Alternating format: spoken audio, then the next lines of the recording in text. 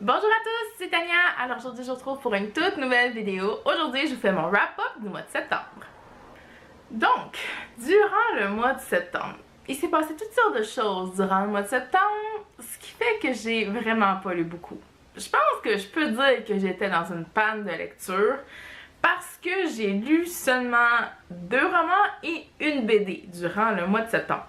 Je sais pas trop qu'est-ce qui s'est passé, j'avais envie de lire, mais il s'est passé beaucoup de choses. J'ai pas été chez moi les fins de semaine, ce qui est le moment que je lis le plus habituellement, donc j'ai pas eu le temps de lire là.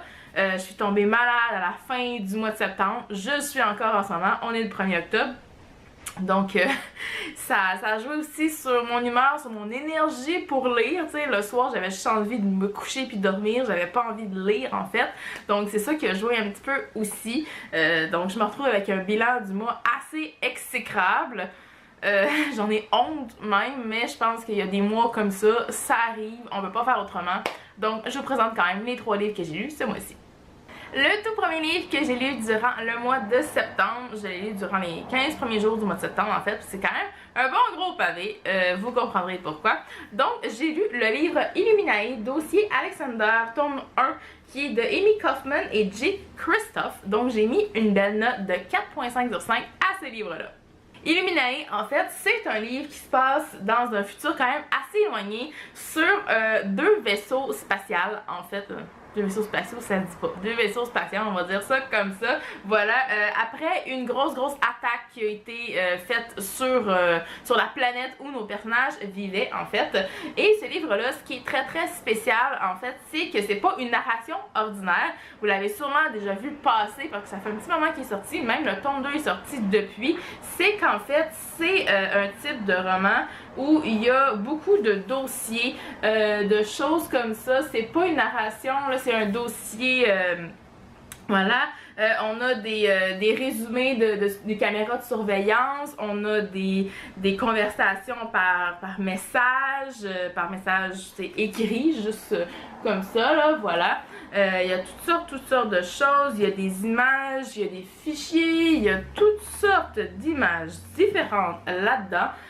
Voilà, donc c'est hyper, regardez quand même là, donc il y a même des pages qu'il n'y a rien à lire, des pages qui sont faites quand même assez étranges, voilà, donc vous voyez quand même, et c'est assez spécial comme livre, mais j'ai beaucoup aimé mon expérience, je vous jure, j'ai vraiment adoré.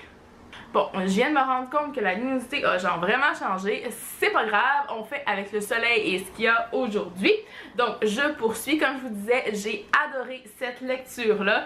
Même si on suit pas une narration ordinaire, j'ai réussi à m'attacher aux personnages quand même. On a 2 personnages principaux qui sont sur 2 vaisseaux différents. En fait, c'était un couple. Ils ont été ensemble au moins 1 an, là, je crois, là, sur la planète avant de se séparer. Ils vont se quitter et je pense le lendemain, la planète va être attaquée, ce qui fait qu'ils vont se retrouver séparés et ils vont quand même continuer à se parler et se retrouver un peu au fil de certaines conversations qu'ils vont avoir par courriel, par chat et tout. Donc tu les vois évoluer, j'aime vraiment. J'ai vraiment aimé ça. J'ai capoté sur le type de narration, de tout ce qui arrive dans le livre. C'est hyper prenant, il y a toujours de l'action. My god. Ils sont vraiment en danger de mort là-dedans, sans arrêt. C'est pas parce qu'ils ont quitté la planète sur des vaisseaux qui sont sains et saufs, là, sont encore poursuivis par les ennemis. Il se passe toutes sortes de choses aussi sur le vaisseau, que on voit que les commandants veulent pas tout dire aux passagers. Donc il se passe vraiment beaucoup de choses. J'ai adoré ça, comme je vous disais, il y a beaucoup d'action, beaucoup de mystère, c'est quand même assez fou tout ce qui se passe là-dedans. C'est une belle brique de 600 pages quand même, et vraiment là, je pense que j'ai dévoré les 250 dernières pages comme en une soirée, tellement c'était prenant, tellement je pouvais pas arrêter, et il y a beaucoup de pages aussi, surtout vers la fin, où est-ce qu'il n'y a pas grand chose d'écrit, fait que ça se lit quand même très vite, contrairement au début où on a quand même beaucoup plus de texte comparativement à, si je vous montre un petit peu là, je sais pas si vous allez voir, mais il y a beaucoup de pages noires vers la fin du livre, ce qui fait que ça, il y a beaucoup de choses qui a rien d'écrit en fait là. C'est quand même des trucs du genre là. Il y a des pages carrément comme ça où il y a à peu près 3-4 mots, donc il se passe vraiment pas grand chose, et tout ça en fait c'est des lignes mais c'est du texte aussi, c'était quand même quelque chose. je prenais mon livre, là, puis j'étais là, puis là, il y a une page qu'il fallait carrément que je fasse un 360 avec mon livre pour lire tout le texte qu'il y avait. Mais c'était quand même assez génial comme expérience de lecture, et franchement, j'ai vraiment hâte de lire le tome 2, et je m'empressais d'aller me le procurer. J'ai essayé de voir s'il était disponible en magasin. Je l'ai pas vu, mais je vais le commencer sur le site, je vais le commander, en fait, sur le site de ADA très prochainement. J'ai poursuivi mon mois de septembre avec une BD, donc après ce gros livre-là, il fallait que je lise quelque chose d'un petit peu plus léger.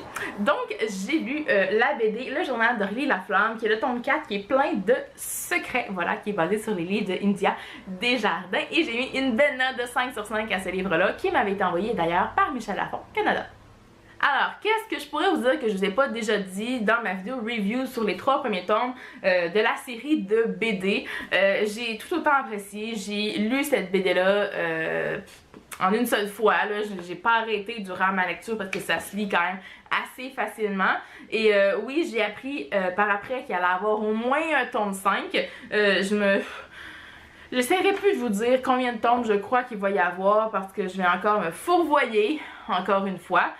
Mais encore une fois, c'est super, c'est génial, là. Le format est encore le même comme je vous avais montré. Il y a toutes sortes, il y a du texte, il y a des images, il y a des BD, il y a des courriels, des post-it. C'est génial, génial. J'ai adoré cette lecture-là. Et maintenant, je sais pas quand est-ce que le tome 5 va sortir, mais j'ai juste hâte d'avoir la fin de cette histoire. Oh, j'ai adoré, j'adore ces BD-là.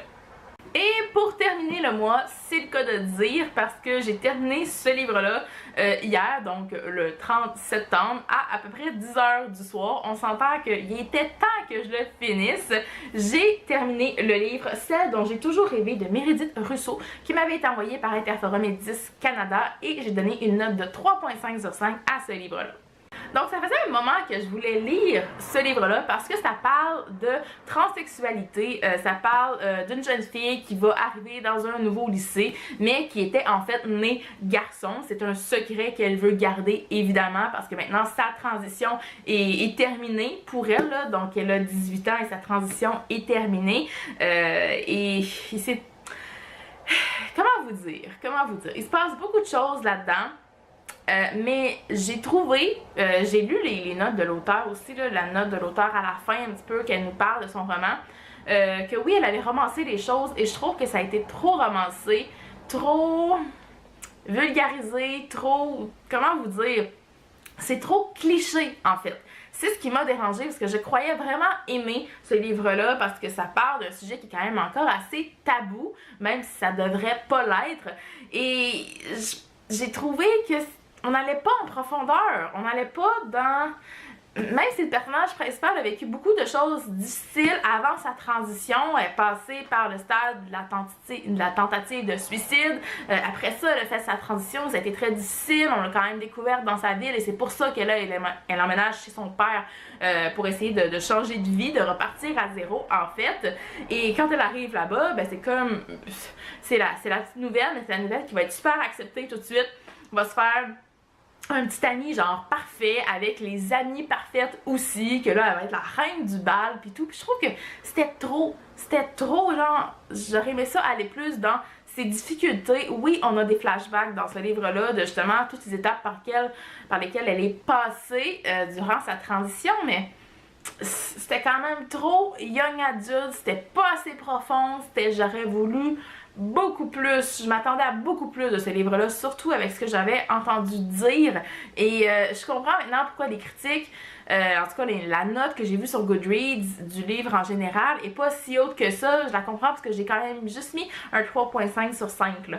Donc ça n'a pas été mon roman préféré, j'ai apprécié en général, j'ai quand même dévoré la fin aussi de tout ce qui se passe, mais en règle générale c'était trop cliché, j'aurais voulu en avoir un peu plus.